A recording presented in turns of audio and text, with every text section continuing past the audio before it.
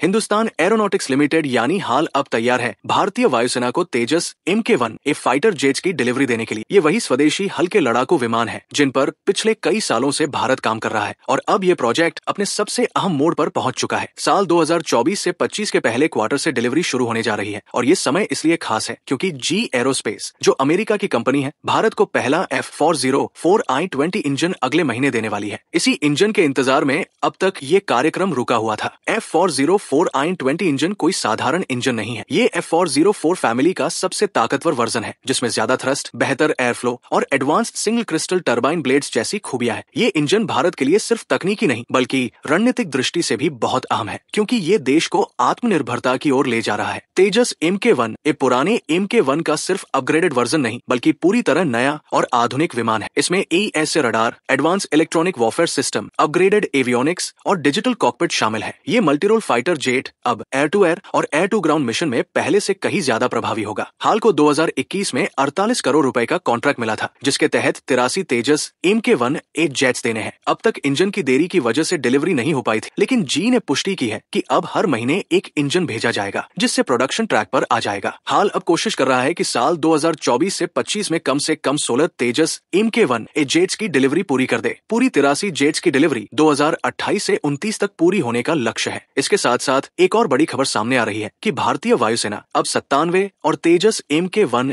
ए jets का नया order देने जा रही है जिसकी कीमत 67,000 करोड़ रुपए के आसपास हो सकती है। इस बीच हाल ने नासिक में एक तीसरी प्रोडक्शन लाइन भी तैयार कर दी है ताकि डिलीवरी की रफ्तार बढ़ाई जा सके। 4 जेट्स को पहले ही एरो इंडिया 2025 में दिखाया जा चुका है और 5 और जेट्स फ्लाइट लाइन पर है। Air chief marshal Amarpreet Singh ने हाल को स्पष्ट निर्देश दिया है कि उन्हें सिर्फ पूरी तरह ऑपरेशनल जेट्स चाहिए, इसलिए फिलहाल अतिरिक्त फायरिंग और इलेक्ट्रॉनिक वॉरफेयर ट्रायल्स भी किए जा रहे हैं। हाल इन ट्रायल्स के लिए अभी कैट बी इंजन यानी इस्तेमाल किए गए इंजन का इस्तेमाल कर रहा है। जी एरोस्पेस और भारत की साझेदारी अब एक और नए चरण में जा रही है जहां A414 इंजन के लिए 80% टेक्नोलॉजी ट्रांसफर पर बातचीत अंतिम चरण में है। ये वही इंजन है जो भारत के भविष्य के AMCA और twin engine deck based fighter projects में इस्तेमाल होगा। अगर ये सौदा पूरा हो गया तो भारत न केवल फाइटर जेट बनाएगा बल्कि उनके लिए इंजन भी देश में ही बनाएगा। ये डिफेंस मैन्युफैक्चरिंग के मामले में एक ऐतिहासिक छलांग होगी। जी एरोस्पेस के जनरल मैनेजर शॉन वॉरेन ने भी बयान दिया है कि वे भारत में इंजन की सप्लाई बढ़ाने और हाल के साथ मिलकर काम करने को लेकर प्रतिबद्ध है। उनका कहना है कि अब सप्लायर नेटवर्क को एक्टिव किया गया है ताकि इंजन डिलीवरी पर कोई बाधा न आए। इससे ये साफ हो जाता है कि अब अमेरिका की कंपनियां भी भारत की डिफेंस मैन्युफैक्चरिंग क्षमताओं में भरोसा जता रही है। तेजस MK1 सिर्फ एक लड़ाकू विमान नहीं है, ये आत्मनिर्भर भारत का प्रतीक है, युवाओं के सपनों की उड़ान है और रक्षा क्षेत्र में स्वदेशीकरण की दिशा में बड़ा कदम है। आने वाले समय में जब भारतीय आकाश में तेजस, AMCA और अन्य स्वदेशी फाइटर जेट्स गर्जना करेंगे तब ये साफ होगा कि भारत अब सिर्फ रक्षा उपकरणों का खरीदार नहीं बल्कि एक मजबूत निर्माता भी है। तेजस की ये उड़ान मेक इन इंडिया की सबसे बड़ी सफलता बन सकती है और भारत को उस मुकाम पर पहुंचा सकती है जहां वो न केवल अपनी जरूरतें पूरी करेगा बल्कि अन्य देशों को भी रक्षा उपकरण एक्सपोर्ट करेगा। ये केवल एक एयरक्राफ्ट प्रोग्राम नहीं बल्कि भारत के भविष्य की नींव है।